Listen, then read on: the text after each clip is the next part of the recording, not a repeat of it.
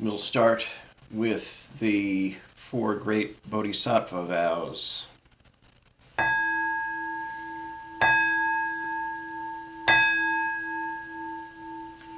Sentient beings are numberless. We vow to help them all. Delusions are countless. We vow to see through them all. Opportunities to awaken are infinite. We vow to embrace them all. The Buddha way is endless. We vow to embody it.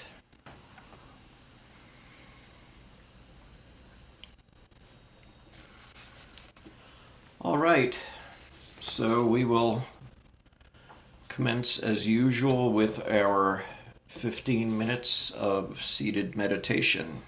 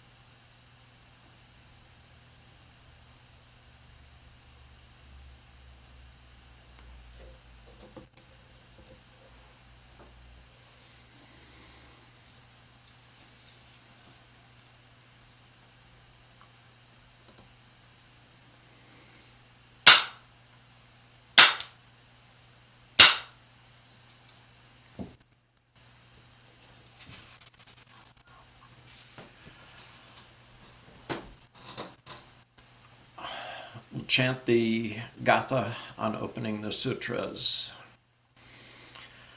This Dharma, incomparably profound and minutely subtle, is rarely encountered, even in hundreds of thousands of millions of ages. Now we see it, hear it, hold and maintain it. May we completely realize the true mind of all Buddhas.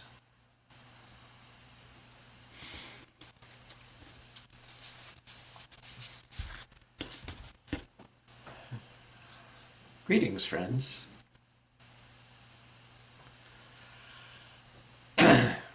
So, tonight I wanted to talk about a few things, and they all relate to each other, in a sort of zigzaggy way, perhaps, but they do. So, for starters, let's talk about Seung-Sahn and finding your primary point. And this is from a talk he gave at Providence Zen Center in April of 1977. I often talk about primary point. What is primary point? When you have a scale and there is nothing being weighed, the indicator points to 0. You put something on it and the pointer swings to 1 pound. You take it off, the pointer goes back to 0. This is primary point. After you find your primary point, then good feelings come, bad feelings come, so your pointer swings in one direction or the other, but this doesn't matter. Don't check it. When the feeling is over with, the pointer always swings back to 0. But if you haven't found your primary point, then it is like taking a heavy object off the scale and having the pointer stay at 10 pounds. Or the pointer moves back only halfway. It doesn't go back to 0. Then you have a problem. Your scale does not weigh correctly. Maybe if you put a heavy object on it, it will break completely. So first, you must find your primary point. Then you must keep it very strongly. A taxi has weak shock absorbers, so it hits a small bump and bounces up and down. A train has strong shock absorbers, so it is very steady. If you keep your primary point, your mind spring will become stronger and stronger. You will meet big problems and your mind will move less and less. A big problem comes, your mind moves, but soon returns to the primary point. Finally, your mind will be very strong. It will be able to carry any load. Then, saving all people is possible. So, Seung-Sahn had a number of things that he liked to refer to. Primary point was one of them. And you could say it refers to equilibrium or equanimity, whatever. But it's a common thread throughout Zen. Seung-Sahn in Xin Xin Ming says, the great way is easier for those who have no preferences. So he's referring to the same thing. It's like, you could be a bullet train, or you could be a Trabant or a Yugo. And, do like this or do like this. Robert, you're looking skeptical. Did you get the Trabant reference? I just don't understand those references. The Trabant and the Lada were Soviet-era vehicles from... the Lada was actually Soviet, and the Trabant was actually East German. And if you remember the Yugo, which was imported into the U.S. from Yugoslavia and not known for its roadworthiness, they would tend to go like this. So now you have the reference point. Okay. So, anyway, the reason that this comes up and why we would want to have our primary point strong is because recently there had been a discussion about having confidence in practice. How do you know if your practice is good? Can you have confidence in it that it's good enough? And that made me think about what Sung San refers to there as checking. We're always checking. Is my practice good enough? Am I Zen enough? Do I weather all storms equally well? Do I do the same when good times come? Am I able to maintain the primary point at all times? And as Sung San said, it's not that we don't put a weight on one side or the other and have the pendulum swing or the weight swing. It's just that when the weight is taken off, it comes off and we return to our primary point. So this is where the discussion about confidence in practice comes from. So there were a lot of people that responded to the question, how can I have confidence in my practice? And there were a number of people who said things like, just sit, a whole lot of other really zen-y kind of answers to the questions. And what I answered with, which elicited some interesting responses, was if you can untangle a string of holiday lights, you have strong practice. And that came to mind largely because this past weekend I did a lot of unraveling of holiday lights that had been sort of like this in a box for, I don't know, about a year.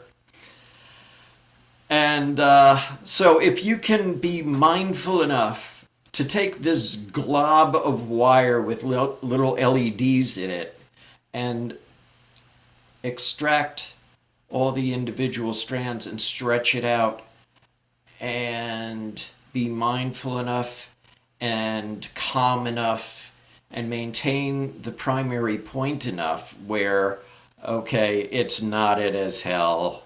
Ugh. Unravel, unravel, unravel. And finally, there were some people who actually caught on to that strong practice, having confidence in practice, isn't about like maintaining your posture when you're sitting. It's not about being able to quote from scriptures. It's not about how you only behave in the meditation hall or the zendo. It has to do with all things at all times. I mean, it's easy when we're sitting here in our little meditation thing to not kick the dog. I don't know. Cats, maybe, maybe not. Depends on whether they walk around. Depends on whether they walk around and do like this on your leg while you're trying to meditate. That could throw you a little bit. Don't kick the cat. Indeed. Don't kick the cat. Words to live by. When when you can maintain the primary point, when you find your primary point and maintain it, whether the cat is doing like this on your leg or whether you're doing this with a whole bunch of strands of little wires with LEDs embedded in them, that's where the practice comes into play. Practice isn't just sitting on a cushion and meditating. Our practice is our life, everyday life, ordinary life. That is our practice.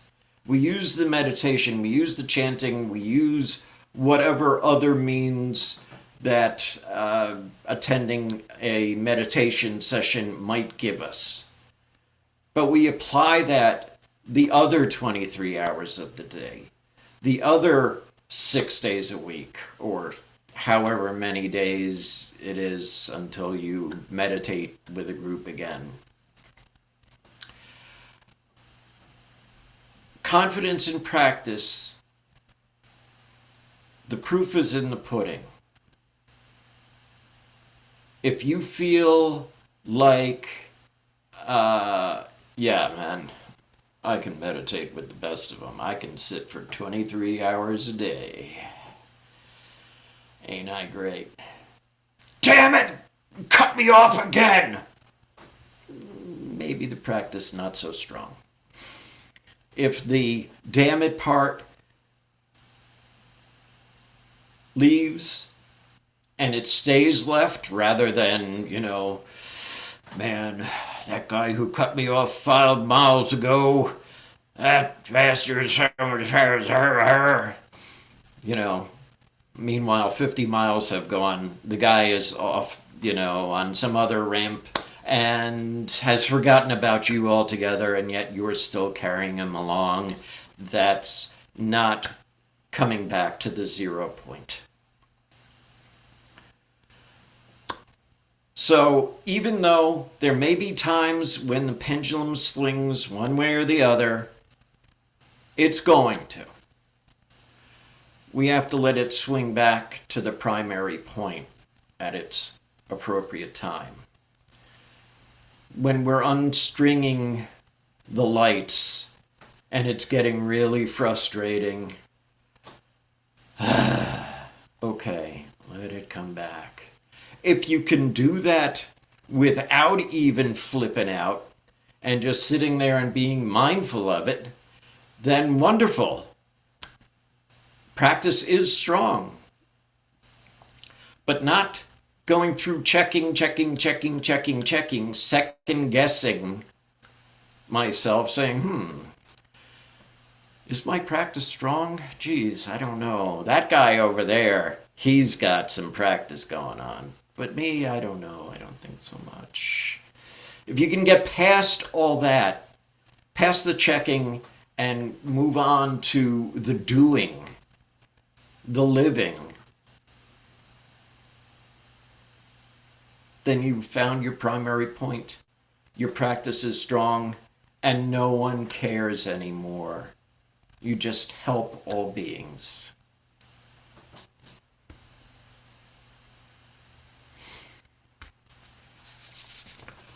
All right. So we'll go back and have our next 15 minutes of seated meditation.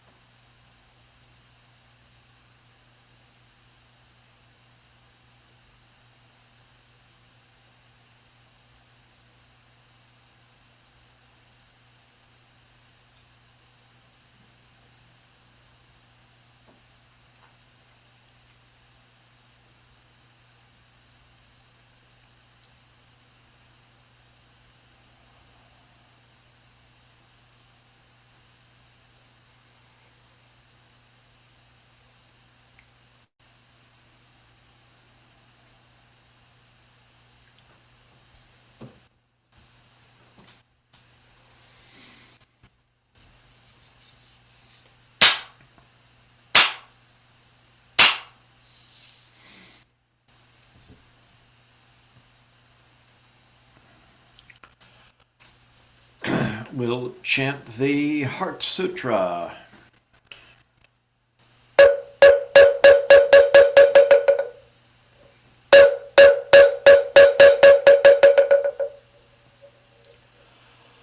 Mahaprajna Paramita Hridaya Sutra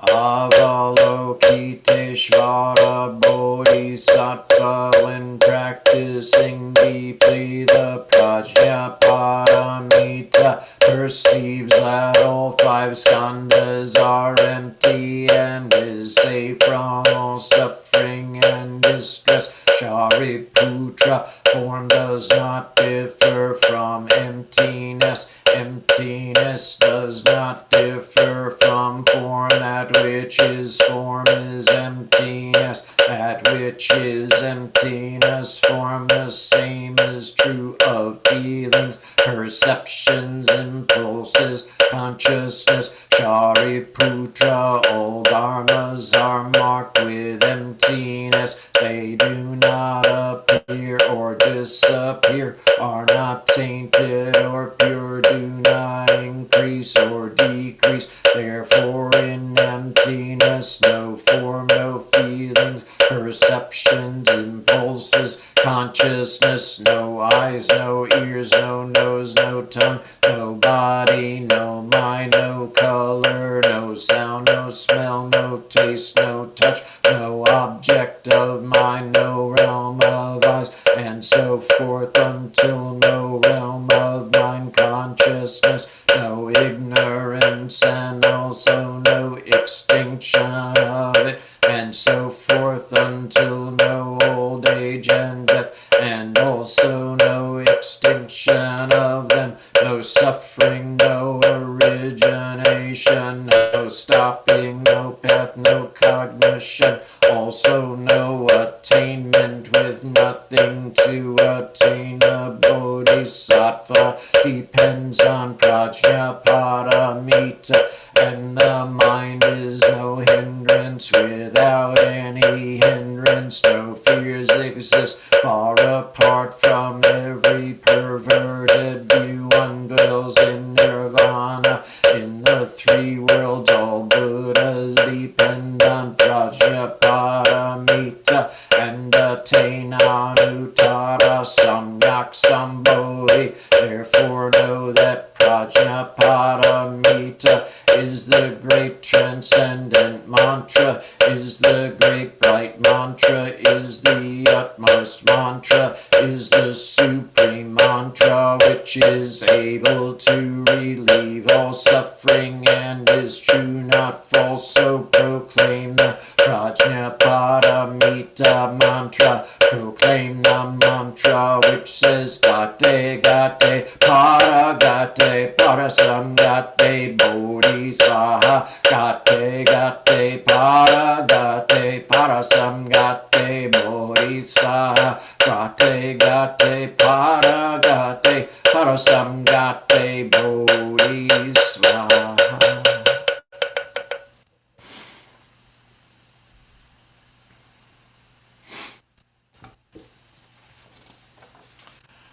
So we will do our personal dedications of merit.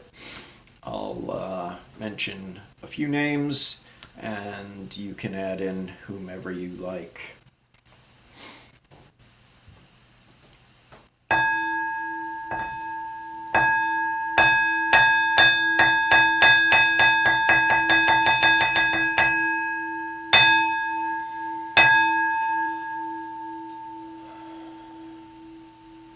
All sentient beings are one seamless body and pass quickly from birth to death. We remember those who cared for us and are gone, those who are ill, those who are at war, those who are hungry, and those who are in pain. May they heal and have peace. We especially dedicate our service to Mrs. Kanti Pereira,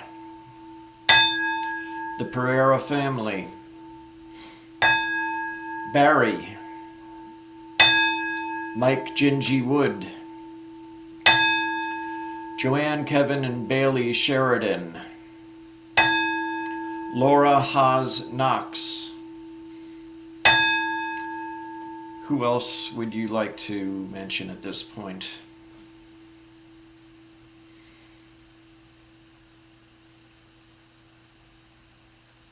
Nobody?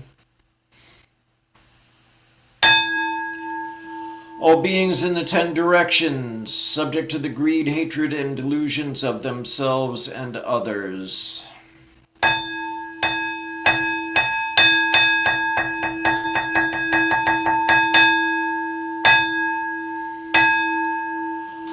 All Buddhas throughout space and time, all honored ones, Bodhisattva, Mahasattvas, wisdom beyond wisdom, Maha Prajna Paramita.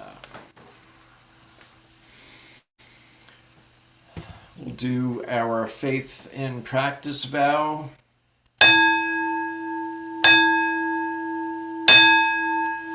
I will never retreat and will be firm in my mind in this correct Dharma. I will escape the samsaric cycle of birth and death and definitely will see my original face. I will be sure to inherit the life of insight of the Buddha and save all sentient beings.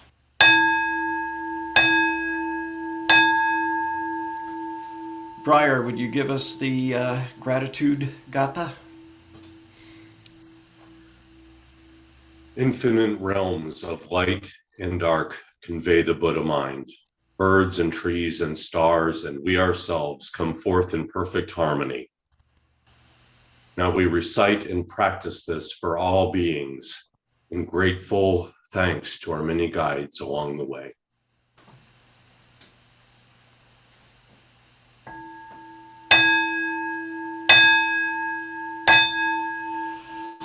Life and death are of supreme importance. Time passes swiftly by and opportunities to awaken are easily lost. Strive to realize your true nature. Do not squander your time by night or day.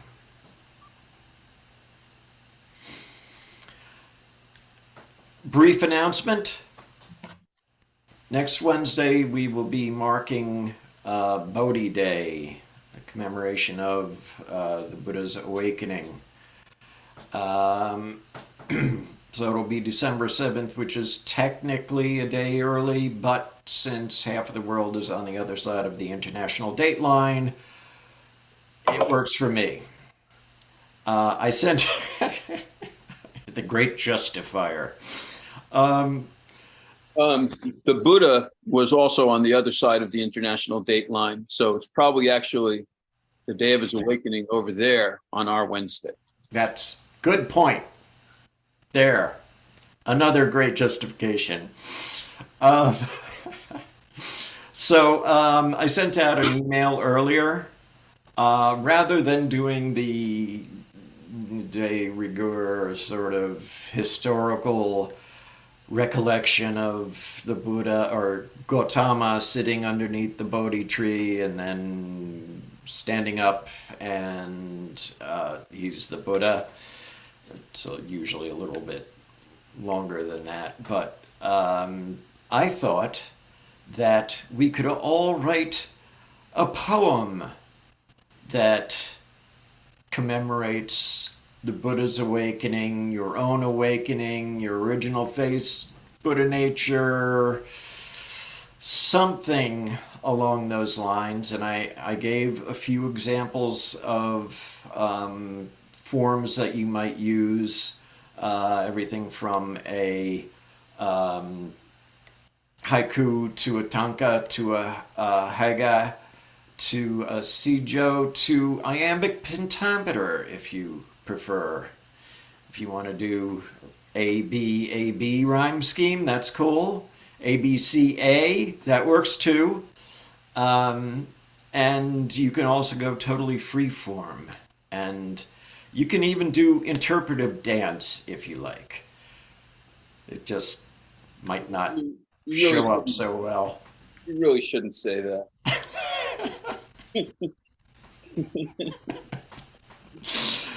I might show Yeah. up to do interpretive dance. You don't want that.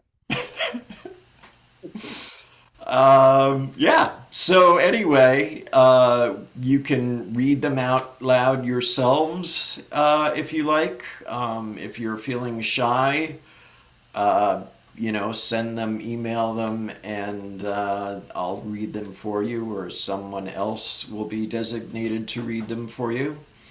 And I think it will be an eye-opening experience to have all these different perspectives on awakening in a more creative way than we normally would. So